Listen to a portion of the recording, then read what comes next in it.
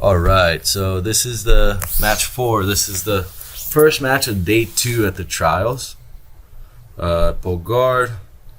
This dude is pretty strong. Okay, looks a little bit bigger than me. Definitely a lot stronger. And he had a good base. He felt like a judo guy. I found out later. I think he's a judo black belt as well. But we basically hand fight and feel it out for this whole first minute of the match.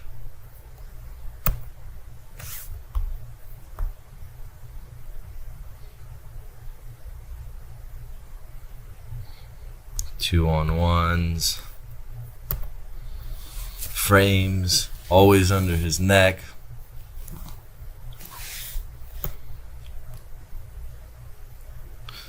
Just kind of feeling out that half guard, getting warmed up for day 2.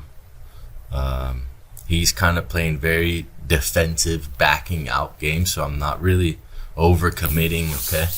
I'm not really trying to force anything right now, because it'll just take a lot of energy, especially when the opponent's doing that kind of like back out frame. So you'll see I feel out a knee lever sweep right here. And he does a really good job at cross-framing on my face, so I can't turn my head towards the side that I want to sweep him to.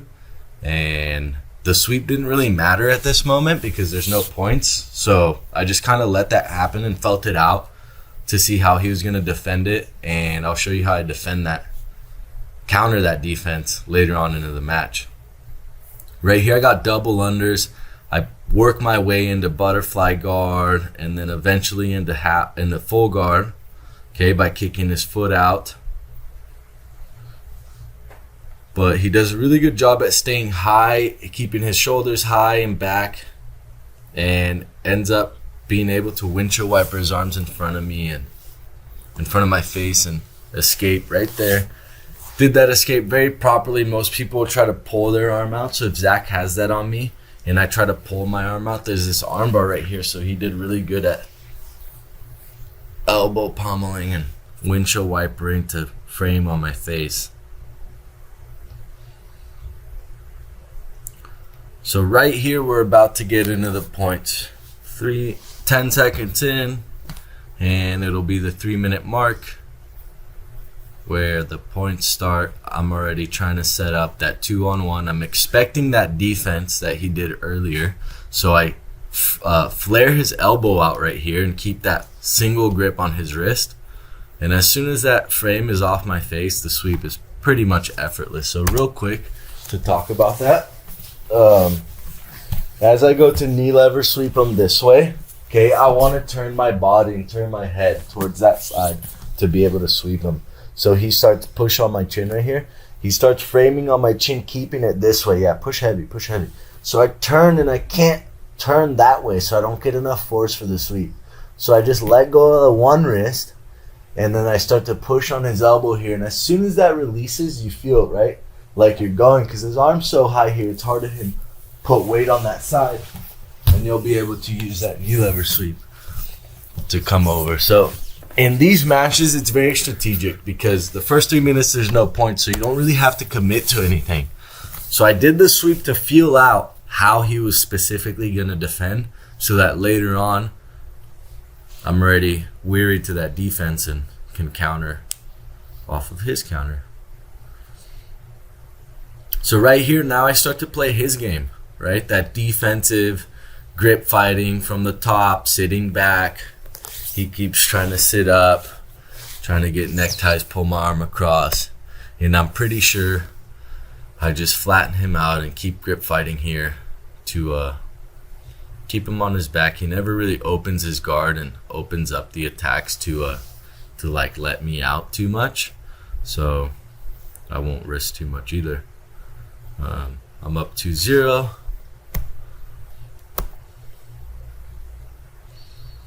Here I stand. He's going for an armbar. I kind of baited this armbar a little bit. Since it's no gi, you can kind of slip out of things. So I was trying to bait him to go for that armbar so that I could slip out of it. But I wasn't letting him like fully lock it up. And you see when he got his hips high, I ducked my double unders.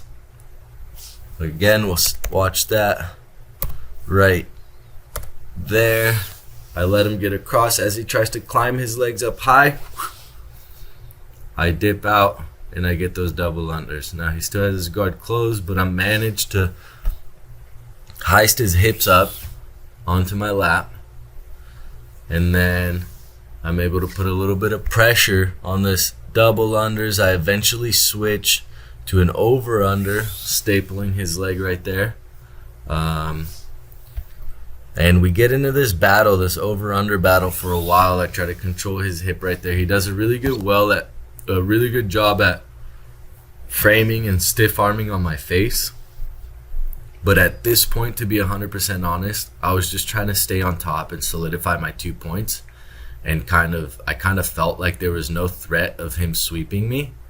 So I just wanted to make sure he would stay on his back rather than stand up and try to wrestle.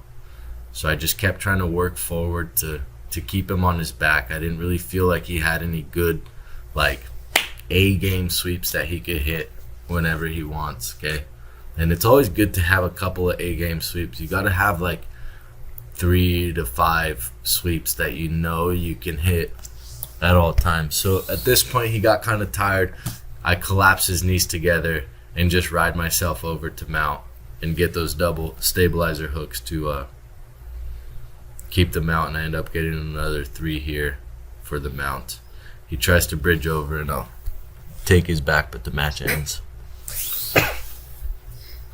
So that one was 5-0. 4-0. They changed the score. I didn't even notice that. 4-0. I think they just gave me the pass score, not the mount.